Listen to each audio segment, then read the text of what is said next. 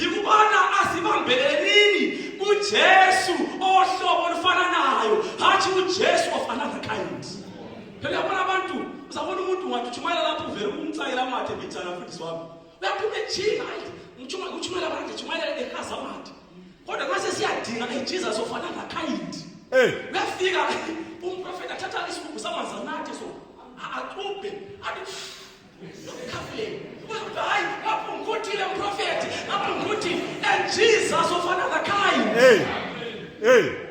Xa sesidinga Jesus of another kind, siyayenza noma yikuyini ngoba sisemajele asemhlabeni. Kodwa ngilapha abathandelayo banikuseni ukubana ngizolikhuthaza igama likaJesu, ukubana lo simkhonzayo uyanaka njalo lathi. Lanxa siphakathi kwamajele kungakhanga sengathi usitshile kasitshiyanga, because sometimes he may deliver us from amajele, he may save us from ijele, but kwesinye isikhathi he may save us through amajele asemhlabeni.